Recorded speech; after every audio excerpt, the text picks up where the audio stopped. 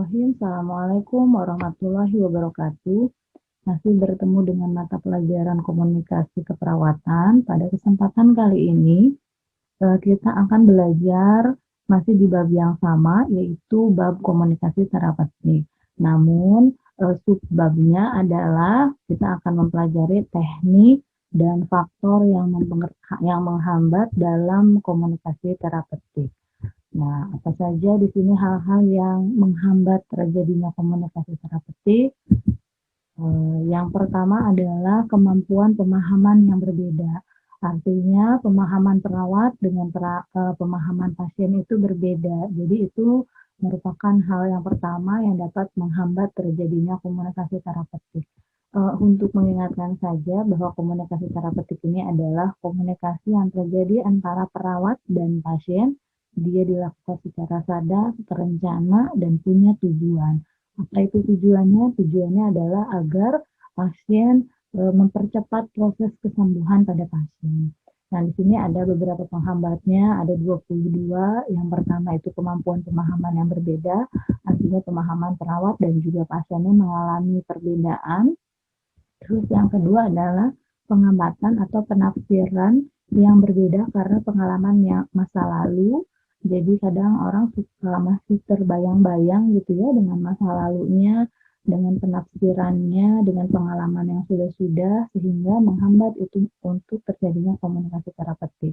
Yang ketiga yaitu komunikasinya satu arah. Nah, komunikasi satu arah ini adalah misalkan apa yang kita ajukan pasiennya cuma ngejawab ya, tidak, atau misalkan ibu sudah makan, sudah. Ibu apa yang dirasakan? Sakit. Nah, itu adalah komunikasi satu arah. Jadi, bagaimana agar menghindari komunikasi satu arah ini tidak terjadi? Upayakanlah oleh perawat untuk memberikan pertanyaannya itu adalah pertanyaan yang terbuka. Artinya pertanyaan terbuka itu misalkan, bagaimana ibu? Apa yang ibu rasakan hari ini? Gitu. Bisakah ibu ceritakan mengenai apa misalkan. Nah, itu adalah pertanyaan yang terbuka sehingga meminimalkan jawaban pasiennya hanya iya atau tidak. Nah, selanjutnya yang keempat adalah kepentingan yang berbeda. Artinya perawat punya kepentingan apa, pasien juga punya kepentingan apa. Nah, di sini harus satu tujuan, satu kepentingan. Artinya apa? Perawat menanyakan hal-hal mengenai pasien itu agar kita lebih mudah untuk melakukan tindakan keperawatannya yang tepat. Biar apa? Pasiennya cepat sembuh. Artinya satu tujuannya, perawat ingin pasiennya cepat sembuh dan juga pasien juga ingin dia lekas sembuh atau lekas pulang dari rumah sakit. Nah, yang kelima adalah memberikan jaminan yang tidak mungkin. Nah, di sini perawat tidak boleh memberikan jaminan. Jaminan artinya janji yang tidak mungkin. Misalkan pasien mau diamputasi, kita kan motivasi tuh pasiennya. Nah, kita bilang nanti ibu bisa lagi kok kakinya. Nah itu kan sesuatu hal yang tidak mungkin. Artinya kalau diamputasi ya berarti bagian organnya akan hilang, digantikan dengan organ yang lain. Nah, nanti akan seperti apa? Seperti itu ya. Jadi jangan sekali-kali kita memberikan jaminan yang tidak mungkin. Nah, terus yang keenam adalah membicarakan hal-hal yang bersifat pribadi. Nah, nggak boleh ya kita curhat nih perawat sama pasien karena udah trust, misalkan karena sudah percaya gitu ya. Atau pasien juga sudah percaya dengan kita. Jadi membicarakan hal-hal yang bersifatnya pribadi. Nah, itu tidak diperbolehkan. Hal pribadi itu apa misalkan pengalaman kita pribadi, misalkan hal-hal pribadi itu contohnya seperti misalkan jatuh cinta atau apalah gitu ya, yang pastinya adalah hal-hal yang bersifatnya adalah pribadi. Nggak semua orang bisa mengetahui hal-hal tersebut. Nah, terus yang ketujuh adalah memberikan kritik mengenai perasaan penderita. Nah, kalau pasien mengungkapkan perasaannya, kita tidak boleh mengkritik. Andaikan misalkan hal tersebut juga tidak baik, jangan berupa kritikan, tapi gunakanlah saran. Nah, terus yang kedelapan adalah menghentikan atau mengalihkan topik pembicaraan.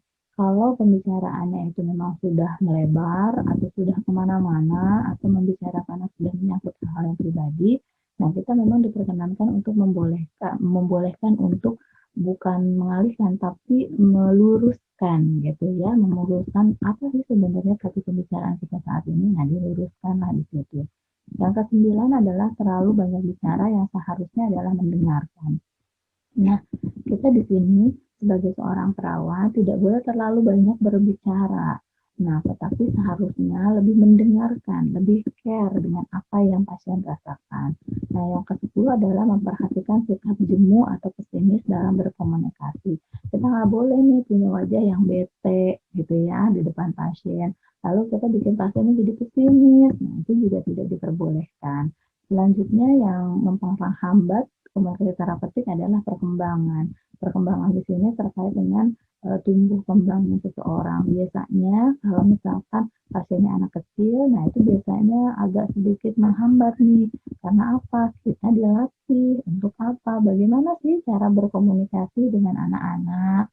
Bagaimana sih cara kita berkomunikasi dengan orang dewasa atau dengan lansia? Itu kan punya perbedaan-perbedaan ya, punya teknik-tekniknya tersendiri. Pada bab sebelumnya sudah Ibu jelaskan. Nah, biasanya kesulitannya itu adalah bagaimana cara kita apa? Cara kita untuk berbicara dengan lawan bicara kita sesuai dengan tingkat usianya. Kalau dengan anak-anak berarti usahakanlah dengan mempergunakan mainan, contohnya dengan boneka tangan, gitu ya, dan lain-lain sebagainya. Nah, terus selanjutnya adalah di sini kedua adalah persepsi, 13 nilai, latar belakang sosial dan budaya yang berbeda, emosi. Nah, terus selanjutnya adalah jenis kelamin. Nah, untuk jenis kelamin kenapa bisa menghambat? Biasanya kalau pasiennya laki-laki biasanya agak sedikit canggung untuk melakukan suatu komunikasi, apalagi di awal-awal. Nah, itu atau misalkan pasiennya itu yang punya paham bahwa kalau berkomunikasi dengan lawan jenis itu harus punya batasan. Jadi dia tertutup gitu ya. Atau dia tidak mau mempertahankan kontak mata dan lain sebagainya ya. Terus yang ketujuh adalah pengetahuan. Nah, pengetahuan di sini terkait dengan misalkan status pendidikan. Kalau pasiennya kita misalkan berpendidikan SD, berarti kosakata yang kita ajukan atau kita di dalam berbicara juga harus disesuaikan. Jangan kita pakai istilah-istilah yang tidak dimengerti oleh dia. Tapi jangan juga kita melecehkan. Seperti itu ya. Jadi harus disesuaikan. Kalau kita berbicara dengan yang berpendidikan SD seperti apa, yang jenjang tinggi juga seperti apa. Tetapi tidak luput dari kita harus tetap sopan. Nah, selanjutnya adalah peran dan hubungan. Yang selanjutnya adalah lingkungan, misalkan lingkungannya bising atau ada di sebelah bednya dulu atau pasien lain itu nangis-nangis, nah itu juga bisa. Selanjutnya adalah jarak yang juga satu citra diri dan yang terakhir adalah kondisi fisik. Kondisi fisik misalkan pasiennya kita, mohon maaf, misalkan punya fisik yang eh, terbatas, contohnya misalkan bibirnya sumbing sehingga dia mengungkapkan kata-katanya itu atau artikulasinya itu juga kurang jelas. Nah, seperti itu ya. Oke, selanjutnya kita akan next ke subbab selanjutnya yaitu tahapan dalam melakukan. Di sini ada teknik dulu ya. Oke, di sini teknik dulu. Teknik-teknik komunikasi terapeutik. Jadi, di dalam kita melakukan teknik komunikasi terapeutik, jadi ada tekniknya atau ada caranya kalau kita mau berbicara dengan pasien. Nah, di sini ada 15 teknik dan ini harus kalian pahami. Teknik komunikasi terapeutik, selanjutnya ya, ini dijabarkan. Teknik komunikasi terapeutik yang pertama adalah mendengarkan secara aktif. Nah, mendengarkan secara aktif di sini artinya adalah mendengarkan dengan penuh perhatian. Merupakan suatu upaya untuk mengerti keseluruhan pesan verbal dan non-verbal yang sedang dikomunikasikan antara perawat dan juga pasien. Nah, di sini ada keterampilan mendengarkan penuh perhatian yang dapat dilakukan dengan berbagai macam cara. Satu, nah kalau misalkan sedang mendengarkan secara aktif, pandang wajah kliennya saat berbicara. Nah, kalau kita ngobrol kan atau berbicara tapi mukanya kemana saja, kan serasa tidak diperhatikan ya, jadi jangan dilakukan. Pandang wajah klien saat berbicara, artinya pandang secara sewajarnya, nggak juga dipelototin, gitu ya. Selanjutnya adalah mempertahankan kontak mata. Nah, mempertahankan kontak mata yang menunjukkan keinginan untuk mendengarkan, jadi jangan dipelototin juga, gitu ya, sewajarnya. Lalu yang ketiga yaitu sikap tubuh yang menunjukkan perhatian, yaitu dengan tidak menjalankan kaki ataupun tangan. Nah, sikap tubuh ini juga penting, kadang kita suka di bawah kesadaran ya, kita karena kebiasaan kalau lagi duduk terutama biasanya kakinya suka enak disilangin. Nah, pada saat berkomunikasi secara petik, misalkan komunikasi ini duduk gitu ya, dengan duduk posisi perawatnya, jangan kakinya disilangkan, karena dengan kaki disilangkan atau tangannya sidakep gitu ya, atau tangannya disilangkan, menunjukkan bahwa kita itu kurang perhatian atau tidak terbuka atau tidak welcome dengan apa yang dia sedang dengarkan. Seperti kayaknya kalau kita lagi ngobrol aja kan kayak ditantangin gitu ya, kalau misalkan tangannya sidakep gitu, kayak kok terlalu santai banget sih ini orang gitu. Nah ya, jadi ini harus dihindarkan, menghilangkan kaki dan tangan. Menghindari gerakan-gerakan yang tidak diperlukan. Nah, biasanya kita kalau nervous atau kita grogi, seringkali itu kita mengeluarkan gerakan-gerakan yang tidak diperlukan. Misalkan, tangannya kenapa? Ngelilit-lilit bajunya sendiri. Atau tangannya megang pulpen, cetak, cetek, cetak, cetek. Nah, itu adalah mengganggu juga, ya, mengganggu konsentrasi, mengganggu kita kalau lagi mendengarin orang yang sedang bercerita. Nah, terus yang kelima adalah menganggukkan kepala jika klien membicarakan hal penting atau memerlukan umpan balik. Artinya kalau mengiyakan bisa dengan bahasa tubuhnya dengan menganggukkan kepala. Oh, begitu ya, Pak. Nah, kan kepala saya sambil ngangguk. Selanjutnya adalah condongkan tubuh ke arah lawan bicara. Artinya kalau condongkan juga nggak terlalu gitu ya. Di sini misalkan lebih cenderung ke misalkan pasiennya adalah anak-anak. Kalau pasien anak-anak kan tinggi tubuhnya berbeda dengan kita ya, kita lebih tinggi. Nah, makanya kita harus condongkan atau kitanya dalam posisi yang setengah duduk gitu, agar eye contact-nya itu sejajar. Nah, terus teknik yang kedua adalah menunjukkan penerimaan. Nah, menerima berarti bersedia untuk mendengarkan ungkapan orang lain tanpa menunjukkan adanya keraguan atau ketidaksetujuan. Nah, di sini kita perawat yang menunjukkan penerimaan itu adalah mendengarkan dengan aktif tanpa memutus pembicaraan pasien, memberikan umpan balik secara verbal yang menunjukkan sikap pengertian, iya Pak, begitu Pak, nah itu ya. Terus memastikan bahasa isyarat nonverbal cocok dengan komunikasi verbal, artinya ngangguk. Ngangguk itu kan atau menganggukkan kepala itu artinya bahasa nonverbalnya ngangguk gitu ya, tapi bahasa verbalnya artinya mengiyahkan atau menyetujui. Nah, terus yang berikutnya adalah menghindari untuk berdebat. Yang kelima yaitu menanyakan pertanyaan yang berkaitan dengan topik yang sedang dibicarakan. Oke, selanjutnya teknik yang ketiga yaitu bertanya dengan menggunakan pertanyaan yang terbuka. Nah, di sini ada yang pertama, tujuan dari pertanyaan terbuka adalah mendapatkan informasi yang spesifik mengenai kondisi yang nyata dari klien untuk menggali penyebab klien datang ke tempat pelayanan kesehatan atau rumah sakit. Nah, pertanyaan terbuka ini eh, eh, usahakan bentuk jawabannya jangan yang iya atau tidak, tapi bagaimana ibu, bagaimana bapak, apa yang bisa saya bantu pak, gitu ya.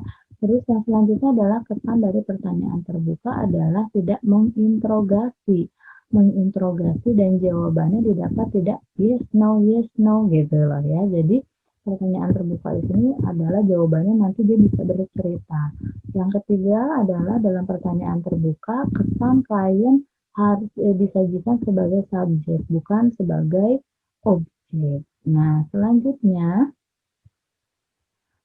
di sini juga masih tentang pertanyaan terbuka. Dengan pertanyaan terbuka juga di sini klien atau pasien diberikan kesempatan untuk menyusun dan mengorganisasikan pikirannya dalam mengungkapkan perasaannya sesuai dengan apa yang dia rasakan.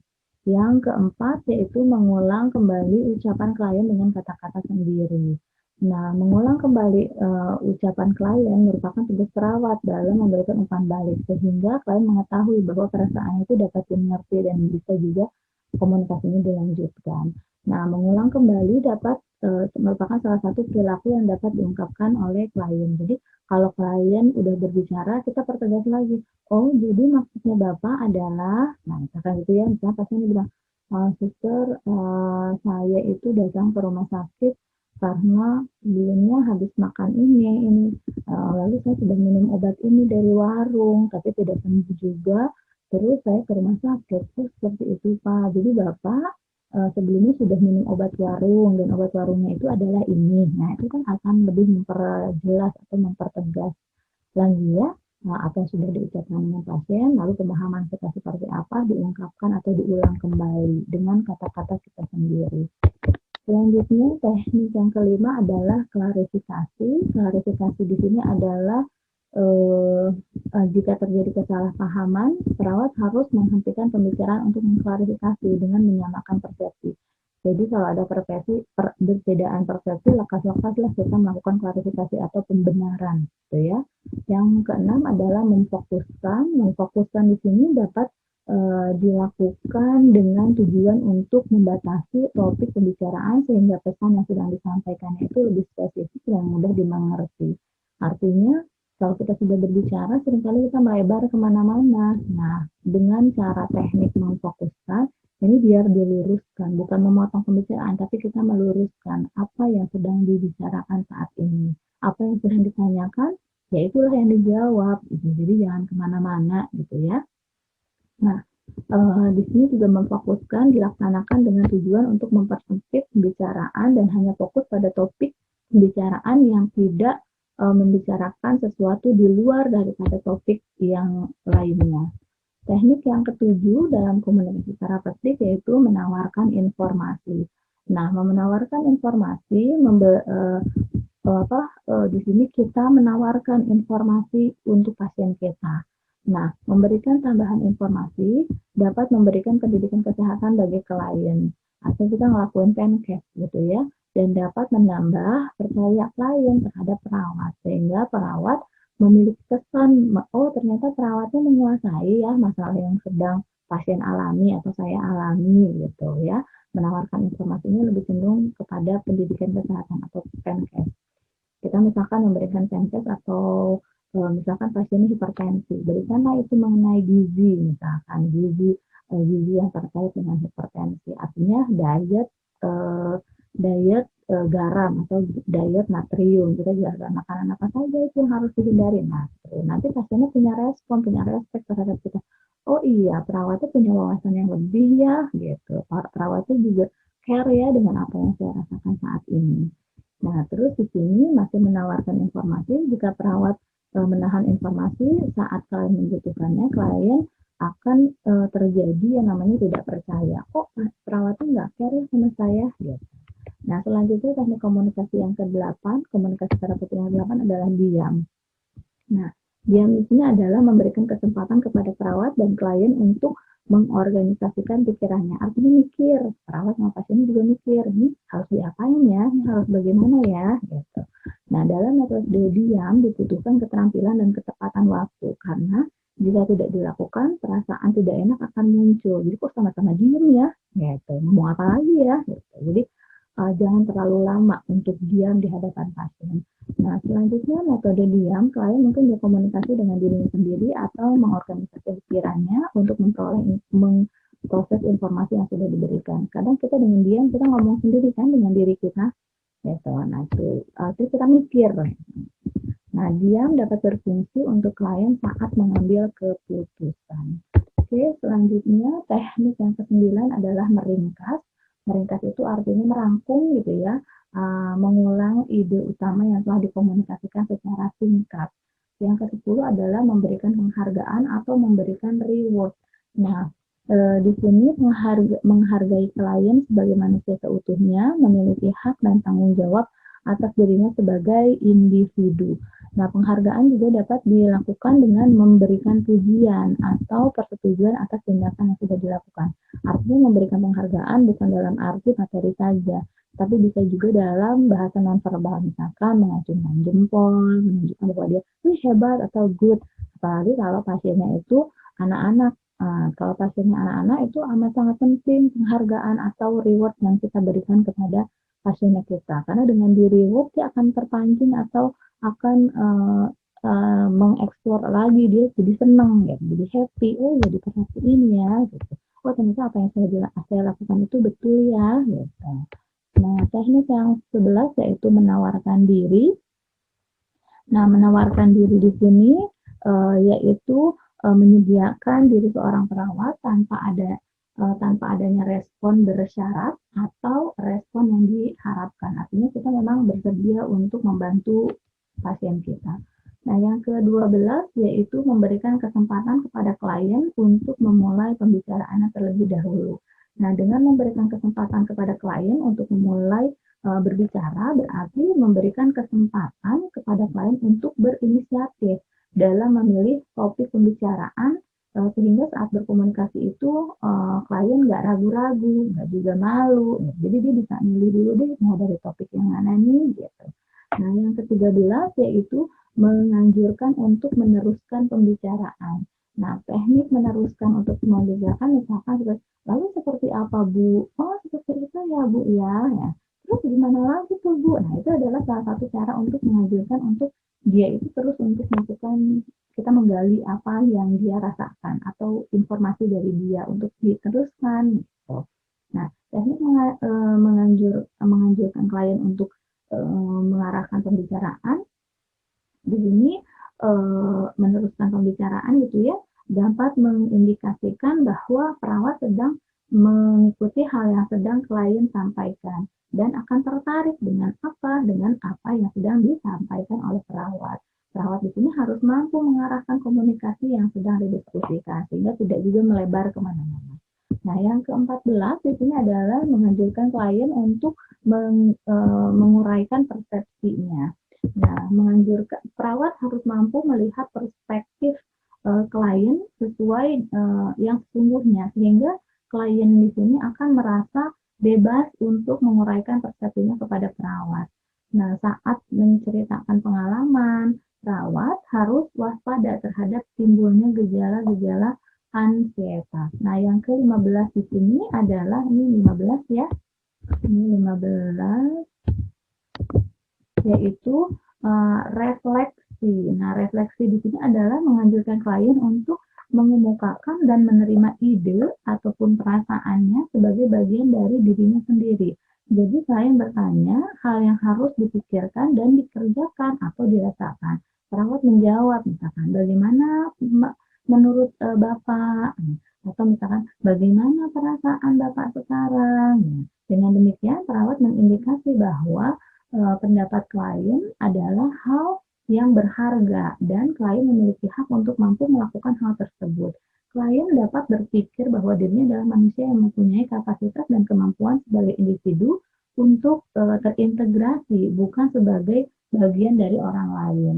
Nah, seperti itu ya, ini adalah teknik-teknik dalam kita melakukan komunikasi terapeutik. Next, selanjutnya nanti akan kita bahas tahapan atau fase dalam melakukan komunikasi terapeutik. Saya cukupkan sekian, semoga penjelasan saya ini bisa menambah kalian menjadi lebih paham dan apabila ada yang ingin ditanyakan, itu bisa langsung bertanya kepada saya. Saya cukupkan pertemuan kali ini. Nah, cukup sekian. Wabillahi taufiq wal hidayah. Wassalamualaikum warahmatullahi wabarakatuh.